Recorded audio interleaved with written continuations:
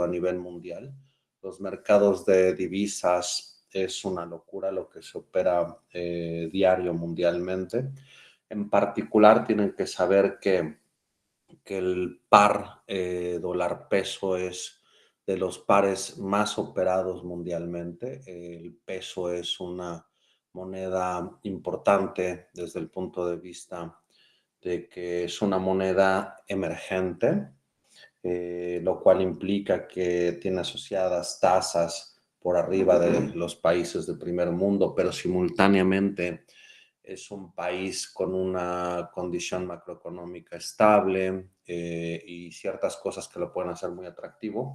Y por lo mismo hay mucho flujo de capital hacia México, a los mercados financieros, además de todas las necesidades que tienen pues, los diferentes participantes, ¿no? Como pueden ser clientes corporativos, clientes institucionales y todos los que tengan un interés en comprar y vender dólares contra pesos. También hablé un poquito de los forwards. Contextualicé mucho más de lo que teóricamente es el caso, aun cuando hemos visto forwards de forma repetida en un contexto teórico, incluido el de tipo de cambio, pues bueno, ya platiqué más a detalle que en la práctica está el forward outright, que es el que conocemos, que es directamente entrar largo o corto a un cierto plazo sobre una divisa. Pero también mencionamos un poco su primo hermano, que es el futuro, que es el que opera en un mercado establecido, que es el que opera donde hay una cámara de compensación. También hablé del NDF, Non-Deliverable Forward, cuando no necesariamente se tiene la apuesta sobre un par de divisas, pero al final del día la liquidación es en una única divisa, no hay un intercambio de una divisa por la otra, muy probablemente porque los clientes no tengan una cuenta en dicha divisa y entonces solo se liquida el diferencial, nada del otro mundo. Y también hablé un poco de swaps de tipo de cambio, ¿no? Donde se tienen dos posiciones a dos plazos distintos, en una largo, en otra corto. Puede ser un spot versus un forward o un forward versus un forward. Y no más, porque es un mercado un poco básico. Ahí la parte importante, a lo mejor desde el punto de vista aplicado, es el arbitraje versus la curva implícita, pero he decidido que no me voy a meter a eso. Y lo que sí me voy a meter un poquito más es obviamente a la parte que supongo les interesa más, que es la parte de opciones, ¿de acuerdo? Entonces, lo que voy a hacer es recordarles, ¿se acuerdan que hace poquitas clases, si no mal recuerdo, apenas la semana anterior o poco antes, cuando nosotros estábamos derivando nuestro modelo de Black-Scholes, nos apoyamos en algo muy importante que era, oye, pues ya fuimos capaces de demostrar matemáticamente que si vivimos en un mundo de Black-Scholes, nosotros podemos cualquier derivado, cualquier payoff, evaluarlo desde el punto de vista de que podemos garantizar la existencia de una estrategia de cobertura y dicha existencia la garantizamos con el teorema de la representación martingala y entonces éramos muy felices teóricamente hablando, pero luego dijimos, oye, a diferencia del caso discreto, pues aquí no sabemos cuál es la cantidad de subyacente en el portafolio de cobertura. Sabemos que existe por el teorema de la representación martingala, pero explícitamente no sabemos quién es. Pero después empezamos a trabajar ahí un poco con Ito y con representación de la dinámica del derivado, apoyándonos de la condición de autofinanciamiento, de Ito aplicado al valor del derivado en términos de la dinámica del subyacente, y recordamos algo muy importante, que como la representación en ecuación diferencial estocástica es única, nosotros tuvimos que, a partir de dos representaciones, como era única, pues los términos de deriva, los términos de drift, los términos de media tenían que coincidir y los términos de volatilidad tenían que coincidir. De ahí pudimos despejar el valor de la cantidad de subyacente, ahorita la recuerdo, y aparte también pudimos deducir una relación sumamente importante, que era la ecuación diferencial parcial de Black-Scholes, ¿no? Esta es la que se encuentra en la parte superior de la pantalla. ¿Se acuerdan que nosotros dedujimos esta relación para la función v, que es una función de s y de t, y que representa el valor del derivado? Y tú dices, oye, pero pues si es el valor del derivado, pues ¿de cuál derivado me estás hablando? Ah, lo que pasa es que esta ecuación diferencial parcial tiene una infinidad de soluciones. Y la solución se hace única cuando nosotros imponemos una condición final. Si tú le pides a la solución de esta ecuación diferencial parcial que a vencimiento coincida con un payoff particular, pues entonces la solución te va a dar el valor de dicho derivado, el valor asociado al payoff que estás considerando. Entonces, esta ecuación diferencial parcial que había yo comentado, que es del tipo parabólico, que representa una difusión, que si hacíamos un par de cambios de coordenadas era la solución de la ecuación del calor de la física clásica, es la que está aquí, ¿no? Que me decía, oye, la tasa de interés libre de riesgo R multiplicada por el precio del subyacente y eso por la primera derivada respecto a S, más un medio de la volatilidad al cuadrado por el precio al cuadrado por la segunda derivada del valor del derivado respecto al subyacente, más la parcial del derivado respecto al tiempo menos R veces el derivado, tenía que ser igual a cero. Y todos decíamos, ah, qué padre, pues chido, pudimos haber visto todo este curso también usando ecuaciones diferenciales parciales, decidimos no hacerlo así, decidimos hacerlo utilizando teoría de martingales, y qué bonita esta ecuación, pero no sabemos hasta ahorita cómo podría ayudarnos. Obviamente, si nosotros conocemos técnicas de solución de ecuaciones diferenciales parciales, pues podríamos obtener el precio de un derivado, ¿no? Después, la clase pasada hice una interpretación también geométrica de cómo descubrimos que la cantidad de subyacente que tenía que haber en el portafolio de cobertura alfa, ¿se acuerdan que se calculaba como la parcial respecto a ese? Dijimos, ah, bueno, vamos a darle su nombre oficial. Su nombre oficial en el mercado es la delta.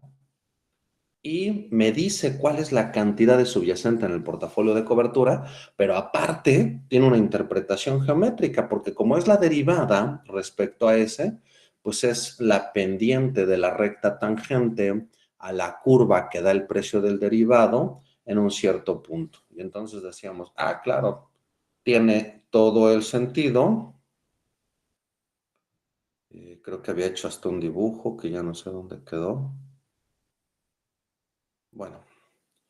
Tiene todo el sentido porque nosotros decíamos, ah, oye, si tú tienes una curva que te da el precio del derivado y sabes que en un punto del día el precio del subyacente es ese asterisco, pues entonces si tú calculas la diferencial en ese punto, que sabes que su pendiente es la derivada, pues en efecto, si tú estás muy cerquita de esa estrella, entonces, el valor del derivado y el valor de la recta diferencial, pues es prácticamente el mismo. ¿Qué quiere decir? Pues que estás replicando el derivado con esta cantidad de subyacente. Ah, perfecto, todos éramos muy felices. Pero pues también notábamos que si el precio era de un instrumento muy convexo, que tenía mucha curvatura, entonces, si el precio del subyacente a lo largo del día se movía mucho hacia arriba o hacia abajo, se dan cuenta, rápidamente la recta tangente, la diferencial, empezaba a despegarse del derivado y entonces nuestra cobertura dejaba de ser efectiva. Oye, ¿cómo mido yo dicha cobertura? Entonces dijimos, pues entonces no nada más es importante la delta, que me da la cantidad de subyacente y me dice qué tan sensible es el derivado a cambios en el precio del subyacente a primer orden, interpretación clásica de una derivada. Yo necesito saber qué tan pronto o qué tan rápido deja de ser efectivo eso. Necesito saber qué tan curva es el precio del derivado. Y entonces, nosotros nos fijábamos en esta otra medida de riesgo, que es la segunda derivada respecto al precio del subyacente, o el cambio en valor del derivado a cambios en el precio del subyacente a segundo orden. Ustedes saben que la segunda derivada está relacionada con la curvatura, ¿de acuerdo? Y pues ya entrados en materia dijimos, oye, pues si nosotros realmente queremos ser unos buenos gestionadores de riesgos, si no estamos en un área de riesgos donde medimos el riesgo, sino a lo mejor estamos en un área de trading donde tenemos que gestionar el riesgo, tenemos que tomar decisiones de compra y venta en los mercados, de tal manera que nosotros inmunicemos los cambios de nuestro portafolio o inclusive incrementamos el valor de nuestro portafolio, pues tenemos que entender qué es lo que afecta al cambio de valor en nuestros instrumentos. Y entonces, pues nosotros podemos calcular sensibilidades o cambios en valor que tiene nuestro derivado respecto a todos los parámetros que afectan su precio. Y dicho eso, pues otro muy importante es la teta. La teta dijimos que era el cambio en valor a cambios en el paso del tiempo. También lo conocíamos como el time decay. Y como ustedes saben de matemáticas, esto que estamos haciendo, siendo derivadas, pues tenemos un concepto de ceteris paribus. No sé si han escuchado esa expresión de algún economista. Cuando nosotros decimos que algo es ceteris paribus, es que mantenemos todo constante, excepto la variable que nos interesa. Y así es como funciona una derivada parcial. Si ustedes calculan la derivada parcial respecto al tiempo, quiere decir que el resto de parámetros no los están moviendo y solo están viendo el efecto o el movimiento en la función de interés respecto a cambios en la variable particular respecto a la cual están derivando. Entonces, la teta me dice cómo cambia el valor de mi derivado si todo se mantiene igual, excepto que el cambio es en el tiempo, excepto que el tiempo empieza a pasar. De igual manera, la griega estrella, cuando nosotros hablamos de opciones, es obviamente, pues, cuando nosotros hablamos de opciones, lo importante es que aquí ya estamos lidiando con instrumentos que tienen volatilidad. Y entonces, la griega principal o la más importante cuando nosotros estamos lidiando con opciones es la vega. Es el cambio en valor que sufre nuestro derivado o nuestro portafolio o de lo que estemos hablando a cambios en el parámetro sigma, donde sigma recordamos que teóricamente es la desviación estándar de los cambios en el logaritmo del precio. Entonces es muy importante que si nosotros somos personas que estamos estudiando esto en ciencias, que tenemos la capacidad técnica de entender el modelo desde el punto de vista matemático, nos apoyemos para hacer traducciones que nos ayuden a tomar decisiones en los mercados. Entonces, voy a ver durante este tiempo ejemplos más específicos de cómo tomar decisiones, de cómo construir cosas con opciones, pero vamos entendiendo estas medidas de riesgo que son muy importantes. Otra, obviamente, pues también tenemos Rho, que es el cambio en valor del derivado respecto a la tasa libre de riesgo R. Y sí, estas derivadas parciales siempre existen, Ramses. Al menos, pues bueno, en los instrumentos que nosotros vamos a analizar aquí, que son los que existen en los mercados reales, como son el call tradicional, el put tradicional, el forward y también en opciones digitales que voy a ver más adelante, pero esas las voy a reservar para el caso más difícil, que es el caso de tasas de interés. Vamos a ver opciones digitales sobre TIE y cómo utilizarlas en instrumentos de inversión para clientes, que son instrumentos que se operan de forma regular en el mercado mexicano. Ahí vas a ver cómo funciona esto también en otros instrumentos, más allá del call y del put tradicional. Pero sí existen en el sentido de que nosotros la podemos calcular para todos los instrumentos. Oye, voy a aprovechar tu observación, Ramsés, para decir algo. En la práctica siempre vamos a calcular las cosas con una fórmula analítica, es decir, yo siempre tengo una fórmula de la derivada a raíz de que yo conozco cómo derivar desde el punto de vista del cálculo, pues a lo mejor algunas veces calcular esas derivadas no es sencillo y entonces a lo mejor muchas veces estos impactos, estas griegas, no van a ser calculadas analíticamente, no van a ser calculadas directamente como una fórmula matemática donde sustituimos los valores de cada uno de los parámetros en dicha fórmula matemática. Muchas veces se calculan numéricamente en la práctica. Después hablaré un poquito más de eso. Pero en principio sí, siempre podemos calcular estas cosas, al menos en los casos que nos interesan. Luego, cuando nosotros ya tenemos un libro un poquito más sofisticado, con una variedad mayor de opciones, pues también los segundos órdenes van a ser relevantes. También a nosotros nos va a importar una medida que se llama VANA, que es el cambio en valor del derivado a cambios a segundo orden cruzados de volatilidad y de precio de subyacente. En términos matemáticos, lo que estoy diciendo es que calculo una segunda derivada respecto al precio del subyacente y respecto al nivel de volatilidad. Entonces va a poner bien interesante, manténganse conmigo, si hay dudas vayan preguntando, acuérdense, de esto es mucho más difícil encontrar material, encontrar notas, entonces no duden en pararme y hacerme las preguntas que consideren importantes. Y otra medida de riesgo importante es la Volga, que es una medida de sensibilidad a segundo orden, pero ahora ante cambios en el parámetro sigma. Van a ver que en la vida real operan cierto tipo de instrumentos en los mercados que voy a ir asociando con esto y que les va a permitir poderlos poner en práctica y entenderlos mejor. Pero una vez que he definido estas medidas, estas griegas, estas derivadas parciales, sí, si tú sabes que si tienes segundas derivadas y tienes continuidad, tú sabes que son intercambiables. Puedes derivar primero respecto a una y respecto de la otra. Sí, te referías a eso con tu pregunta, ¿no? Ok, perfecto.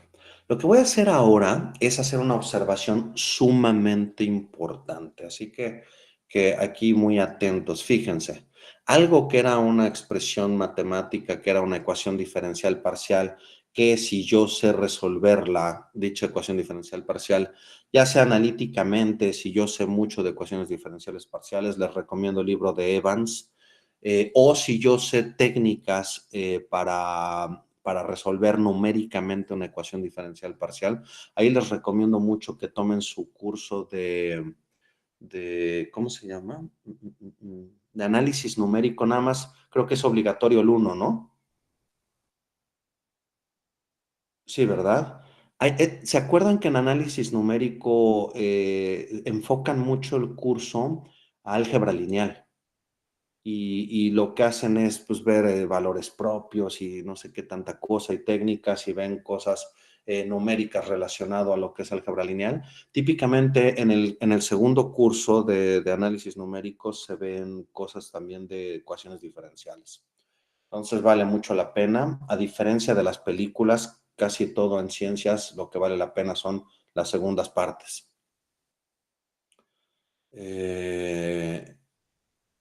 Y voy a traducir la ecuación diferencial parcial de Black-Scholes en términos de griegas. Y esto es súper, súper, súper importante, fíjense. Fíjense lo que dice la ecuación diferencial parcial de Black-Scholes. Fíjense que esta primera parte, la que estoy encerrando en naranjita, es la definición de delta, ¿están de acuerdo? Y luego por acá en medio, si se dan cuenta, aparece la gamma. Y luego aquí aparece la teta. Y entonces, si yo sustituyo y agrupo, fíjense, voy a factorizar la R del primer término y la R del último término, entonces me da esta primera cosita que tengo aquí abajo. Me da R veces que multiplica a el precio del subyacente por la delta menos el valor del derivado, que es sustituir la definición de la griega y utilizar el primero y el último término de la expresión de hasta arriba. Y luego los otros dos que me faltan es un medio de la volatilidad al cuadrado, precio al cuadrado por gamma, y el otro es teta. Y eso debe de ser igual a 0. ¿Hasta aquí vamos con la traducción o hay alguna duda de lo que hice?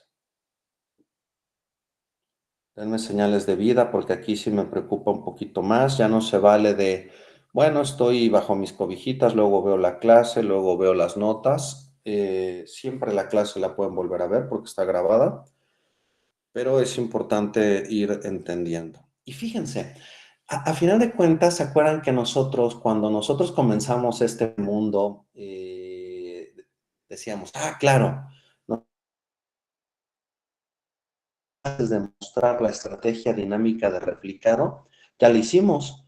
¿Qué era la estrategia dinámica de replicado? ¿Se acuerdan que era nuestra estrategia de replicado? Era cantidades de subyacente y cantidades en la cuenta de mercado de dinero que en cualquier punto del tiempo, si yo seguía de forma dinámica, es decir, a lo largo del tiempo la receta, esta receta era autofinanciada, joya, nada más necesitaba la prima al inicio, y además íbamos replicando, igualando el valor de derivado en cada punto del tiempo, le íbamos dando marca personal, peor que tóxicos.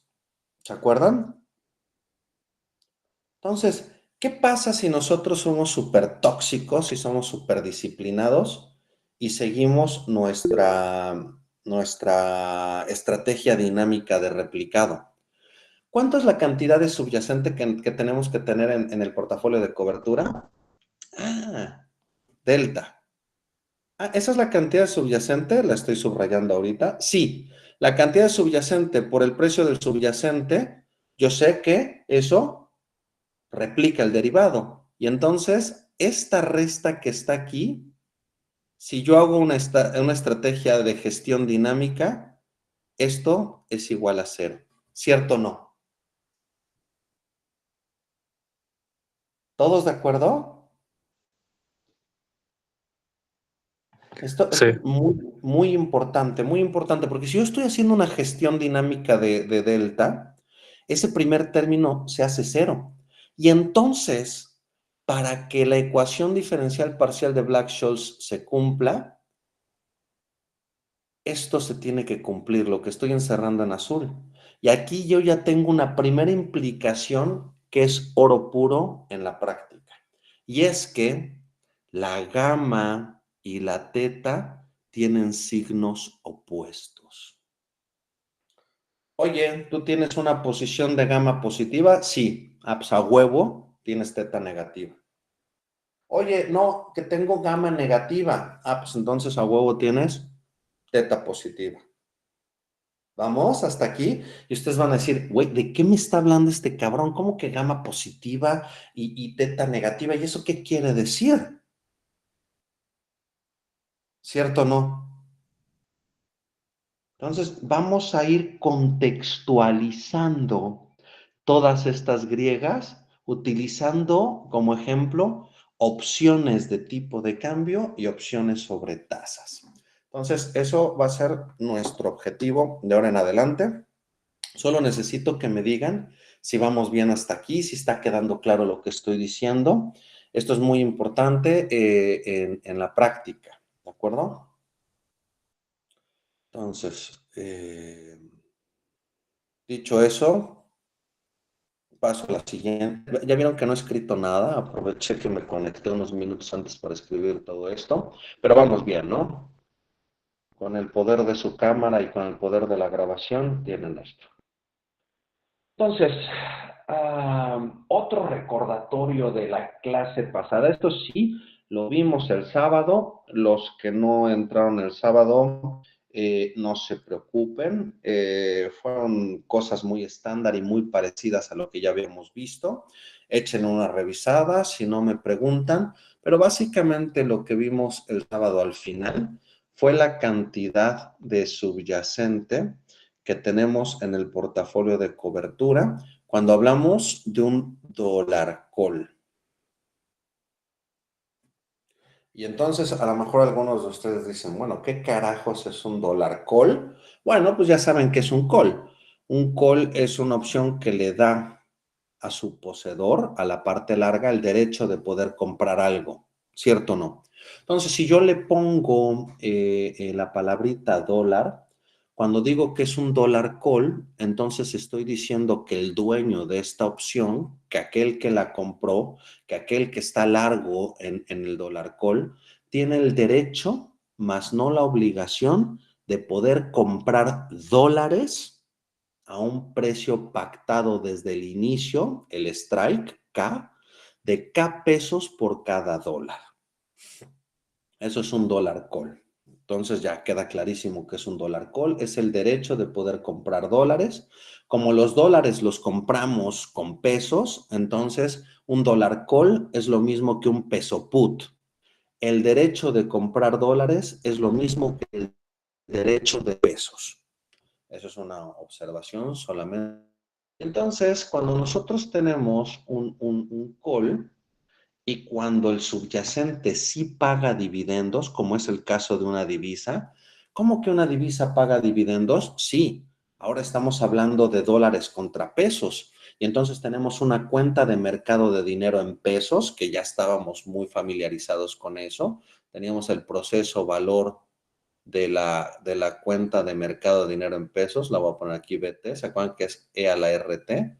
Pues ahora que tenemos dólares, pues obviamente también tenemos una cuenta de mercado de dinero en dólares que paga intereses a tasa U, ¿sale?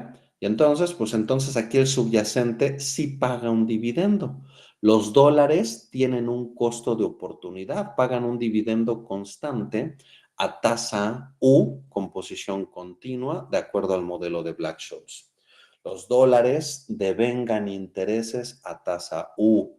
No son como una tonelada de algodón, que dentro de 6 meses sigue siendo una tonelada de algodón. Un dólar hoy es una cantidad diferente de dólares dentro de 3 meses. ¿Por qué? Porque los dólares son remunerados a la tasa U.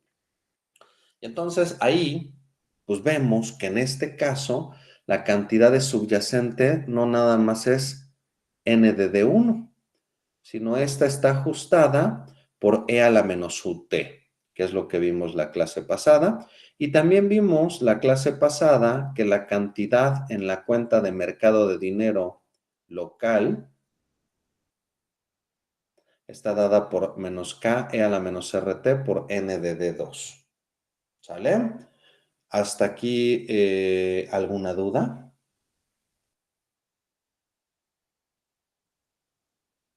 Porfa, convertamos esto en un foro de confianza y pregunten todo lo que quieran, ¿de acuerdo? Adelante, Carolina. Profe, la DT era para lo que crece en dólares, ¿verdad?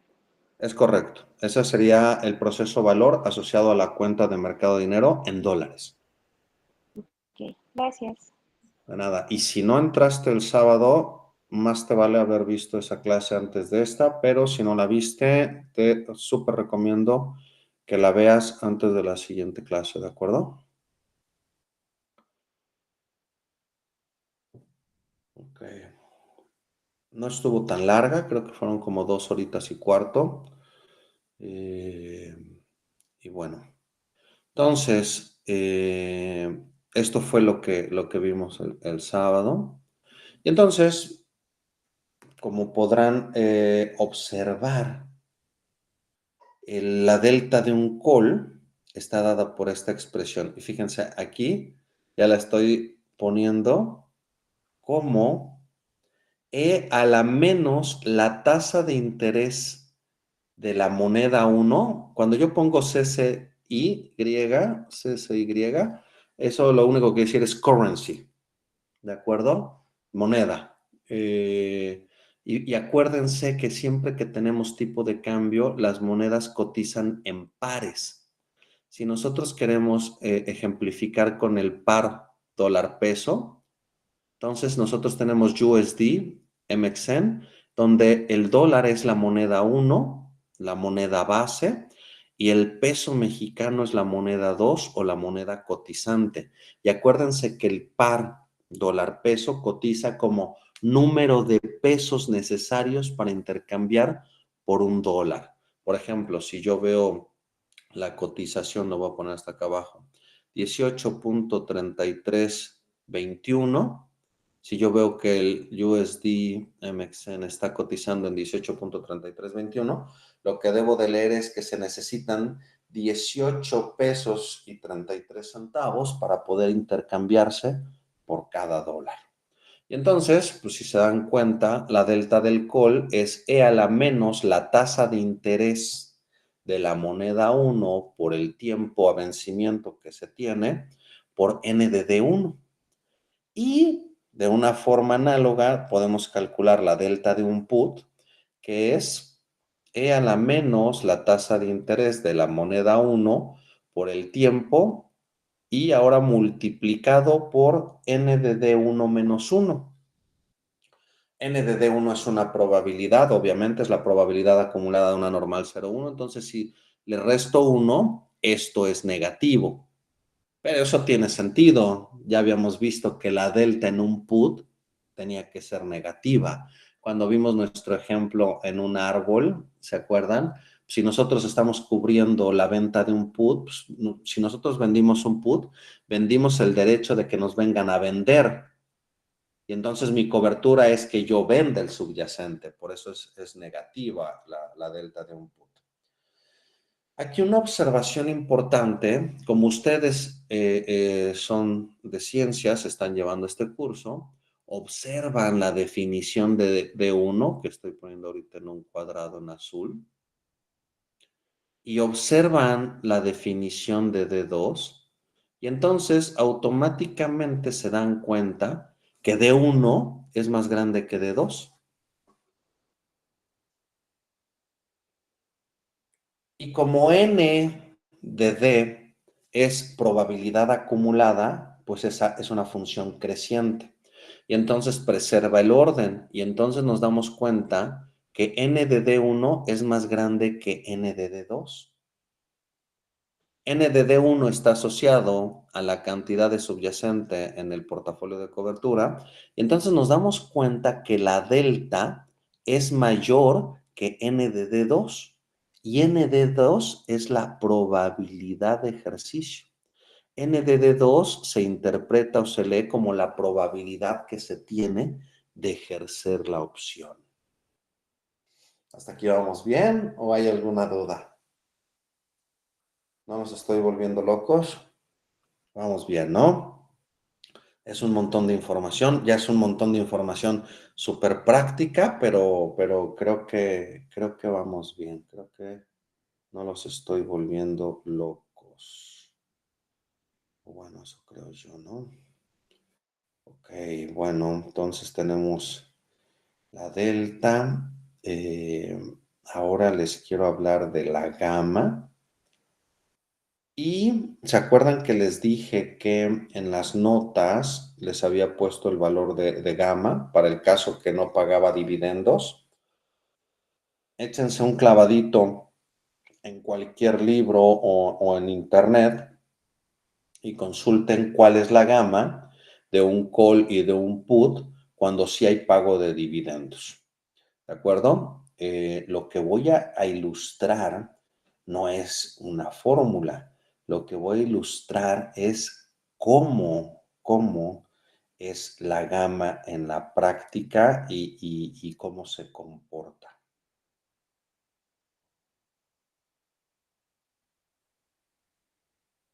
Entonces, denme un segundo, porque, eh, porque, ah, a lo mejor les debería de dejar de tarea. Bueno, no se los voy a dejar de tarea. A veces lo pregunto en exámenes, a veces no, pero verifiquen la relación que existe entre la gama del put y la gama del call y van a ver que se van a llevar una sorpresita.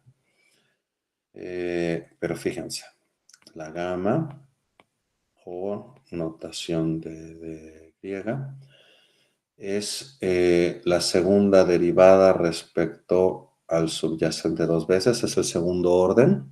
Y en el caso de nuestras opciones call put, está dada por lo siguiente. Es E a la menos la tasa de la moneda 1 por el tiempo por N de D1 entre el precio del subyacente sigma raíz de T. Y entonces, pues ustedes pueden, como tenemos la fórmula analítica, pues ustedes podrían dibujar cómo es esta y cómo se comporta. Y yo entonces les voy a hacer aquí una grafiquita que es extremadamente importante de la gama. Eh, uh, uh,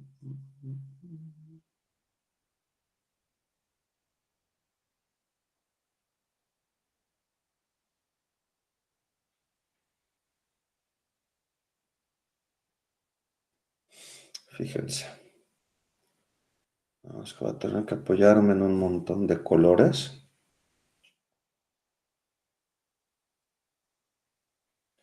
Entonces imagínense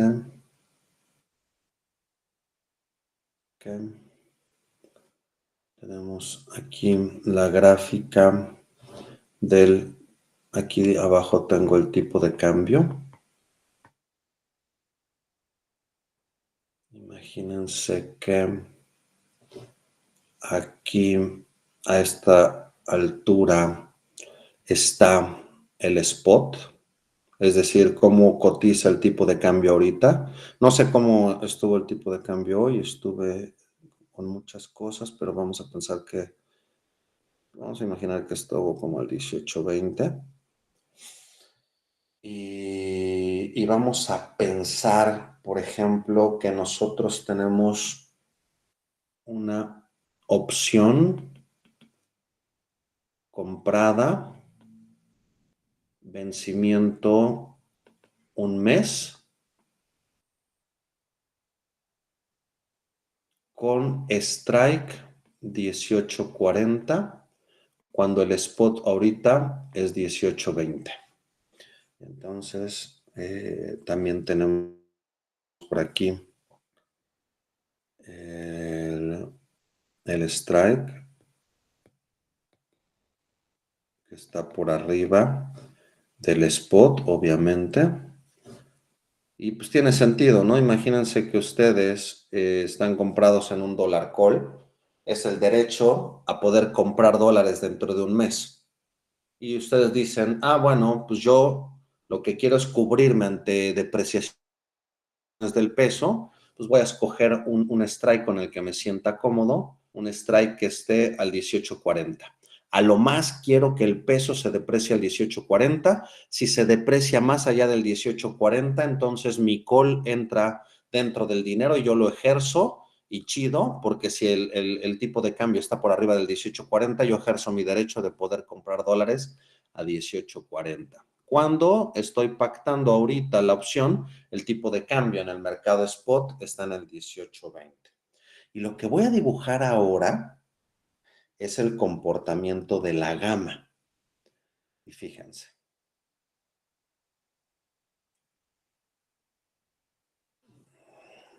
La gama se comporta más o menos así.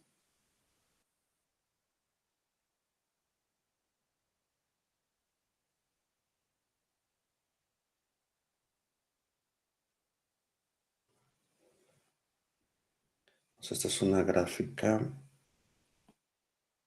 de la gama. Y este que acabo de dibujar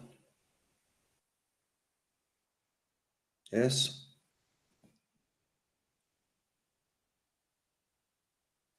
a los pocos días de comprada la opción. Ya sé que estoy siendo ambiguo con esto de pocos días, pero bueno, ahorita van a ver a qué me refiero. Y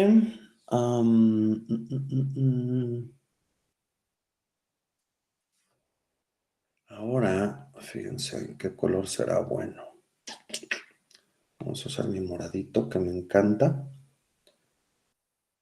Fíjense ahora cómo es el comportamiento de la gama.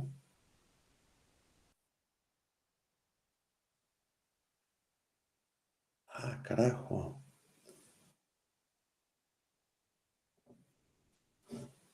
Por dejarlo ahí pegado, se me movió. No, tampoco. Voy. Que no me está gustando mi dibujo.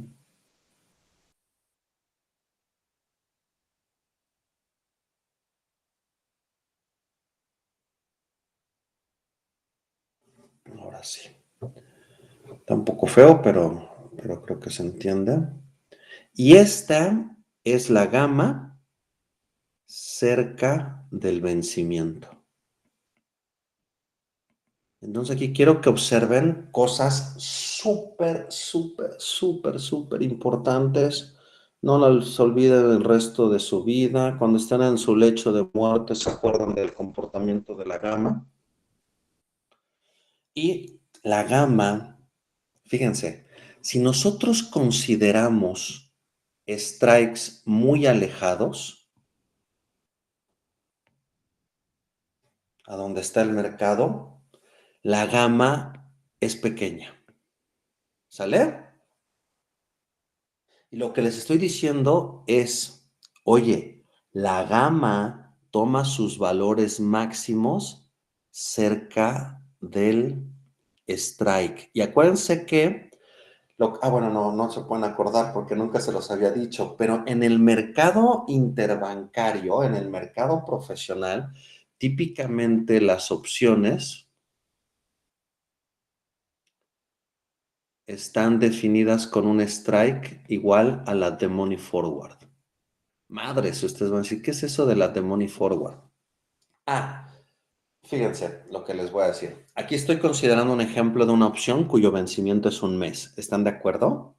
Entonces, si ustedes van al mercado interbancario, por el mercado profesional, son traders de volatilidad de tipo de cambio, van a ver que muchas de las opciones que cotizan en las pantallas de los brokers, el strike que cotiza de las opciones es aquel strike que es exactamente igual al forward del tipo de cambio al vencimiento de la opción. En este ejemplo, si yo estoy pensando en una opción a un mes, típicamente entonces voy a pensar, me voy a fijar en, oye, ¿cuál es el forward del tipo de cambio a un mes? Y ustedes ya saben calcular el forward, ¿cierto o no? El forward, ya saben que es el tipo de cambio hoy por E al diferencial de tasas, ¿cierto o no? Bueno, obviamente en la práctica no se calcula así. En la práctica es el tipo de cambio hoy por uno más la tasa de interés en pesos, entre uno más la tasa de interés en dólares al vencimiento de las curvas relevantes. Digo, pero es el análogo, ¿no? Obviamente. Entonces, ustedes ya saben calcular el forward. Entonces, saben cuál es el forward que cotiza y típicamente el strike es el forward. Y alrededor de ahí es donde se da la gama máxima. Pero una observación todavía más importante que quiero que les quede claro es que mientras menor sea el tiempo a vencimiento, uff, la gama se pone como loca. ¿Ya vieron? O sea, la gama es más grande mientras más cerca de vencer esté la opción que al principio. ¿De acuerdo?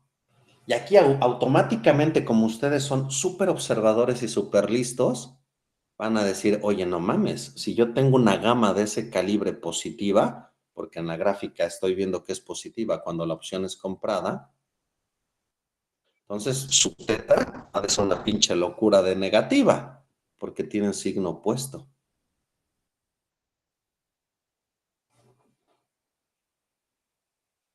Y ustedes no necesitan graficar esto para saberlo, porque ustedes son muy listos intuitivamente hablando. Imagínense que ustedes compran la opción.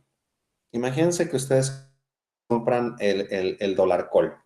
¿Sale? Ah, uff, ¿qué crees, güey? Me compré el derecho de poder comprar dólares dentro de un mes a 18.40, cuando ahorita está a 18.20. A huevo, en un mes van a salir a decir pendejadas Trump y AMLO, güey, y esto se va a ir a la mierda y vamos a estar bien contentos. ¿Sale? Entonces, vamos a acordarnos de qué es la teta. La teta es el cambio en valor a cambio en el tiempo. Ceteris paribus, ¿están de acuerdo? Cuando yo calculo la teta, todo se mantiene constante excepto el paso del tiempo. Imagínense que ustedes están comprados en su dólar call, vencimiento un mes, strike 18.40, cuando ahorita el tipo de cambio está al 18.20, y ustedes calculan la teta de su opción, de su posición. Ah, oye, ¿cómo cambia el valor de mi posición? Si nada se mueve excepto el tiempo. Imagínense que nada se mueve excepto el tiempo.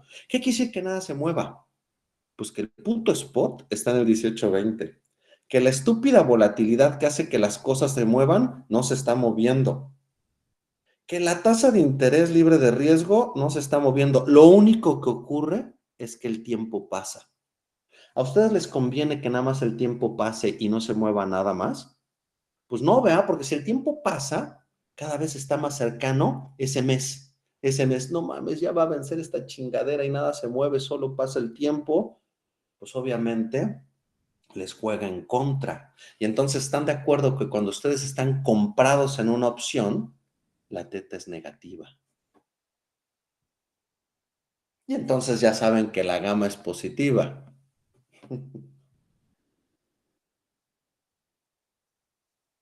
Y ustedes van a decir, chido, güey, pero qué puto estrés, porque si yo estoy comprando una opción, yo sé que mi teta es negativa, entonces yo sé que nada más por irme a dormir, mañana que amanezca y yo llegue al mercado y vuelva a ver cuánto vale mi opción va a valer menos porque tiene teta negativa, nada más porque me fui a dormir, nada más porque el tiempo pasó. Así es, güey, así es en la vida real. Si ustedes traen un portafolio con teta negativa, hoy lo cierran en 50 millones, mañana llegan en la mañana, vuelven a correr su libro. Oye, güey, pero pues nada cambió, güey. Los precios son los mismos que subió el área de riesgos ayer a cierre, las tasas, la volatilidad, todo. Sí, güey, pero pasó el tiempo. ¿Qué crees? Ya no vale tu portafolio 50 millones. Vale 49.5 millones. No mames, traemos una teta negativa de 500,000 pesos. Nada más por irnos a jetear. Perdón, a mimir, como dicen ustedes. Entonces, ustedes dicen, oiga, no, no mames, pues en la puta vida voy a comprar una opción.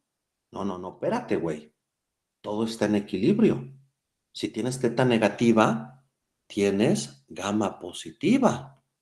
Sí, güey, pero pues gamma para mí es una pinche derivada. Eso cómo me da de comer en la vida real. Y entonces, chacachachán, mañana vamos a ver qué quiere decir tener gamma positiva y cómo operarla en el mercado. ¿Sí? ¿De acuerdo? ¿Estoy siendo claro? ¿Está siendo interesante este tema o no? Porque estoy yéndome súper lento y eso me preocupa siempre, pero No, díganme está, si.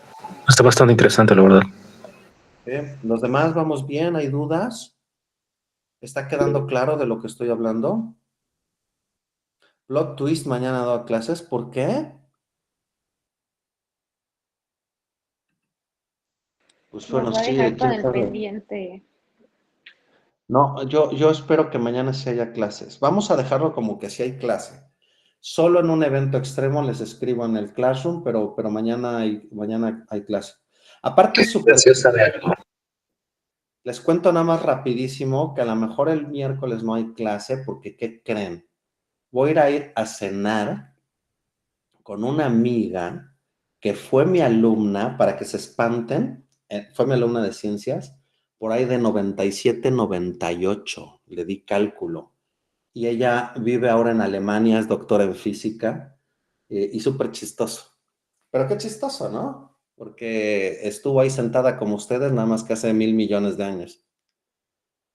¿Boda? Pues tiene hijos. ¿O a qué te refieres con boda? Padre. Sí, súper chistoso, pero bueno. Ok, Ella ¿vamos bien? aprovecha. Sí, no, pero mañana sí hay clases y a lo mejor el miércoles hay clases, todavía no lo sé, pero ya saben que está siendo súper pesado para mí y nos estamos yendo a un ritmo de 2 clases por semana. Lo siento mucho, pero por eso adelantamos tanto, porque sabía que esto iba a pasar. Entonces vamos súper bien, no se preocupen. Lo que sí es que le estoy dedicando mucho detalle a esta parte, porque esta parte es la que no viene en libros. Nos pongan mucha atención, díganme si está quedando claro, si vamos bien hasta aquí, ¿de acuerdo? Mañana continuamos con esto. Mañana voy a decir cómo operar la gama, qué significa tener gama positiva en la práctica, etcétera. Adelante, Caro. Profe, bueno, nada más una pregunta rápida, o no sé si eso lo vais a explicar mañana, pero si tenemos teta, o sea, dijiste que si, por ejemplo, no cambiaba nada y nos íbamos a dormir, terminábamos como con una teta negativa, Ajá. pero, o sea, teta es como el cambio en el valor del portafolio, dado que solo cambió el tiempo, o sea, entonces no sería eso como cero. No, así como tú lo escuchas, tú te vas, hoy cierras tu libro, recalculas todo el valor de tu libro con los parámetros de cierre del proveedor de precios. Voy a hablar de cómo funciona el mercado real más adelante, pero tú dices, hoy mi portafolio vale tanto a cierre, perfecto. Te vas a tu casa, amanece, primera hora de la mañana, nada ha cambiado, los precios no se han movido, nada ha cambiado. Vuelves a ver el valor del libro y resulta que vale menos. ¿Qué quiere decir? Tienes teta negativa, nada más por el paso del tiempo. Nada más porque todas las fórmulas que están metidas con las que revalúas tu libro, pues son fórmulas que cambian de valor si pasa el cambio del tiempo. Y ojo,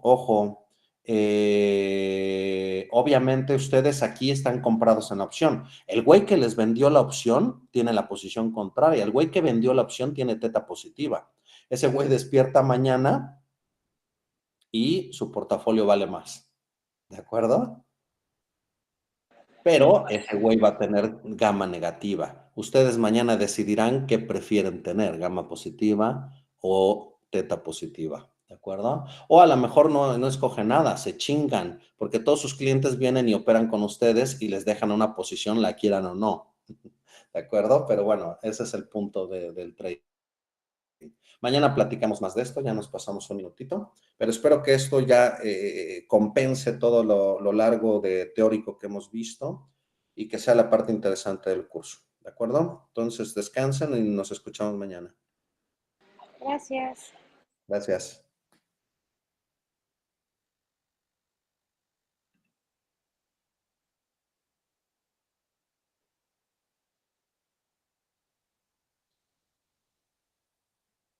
Mañana te contesto tu pregunta, Jorge Iván. Me lo recuerdas mañana, por favor.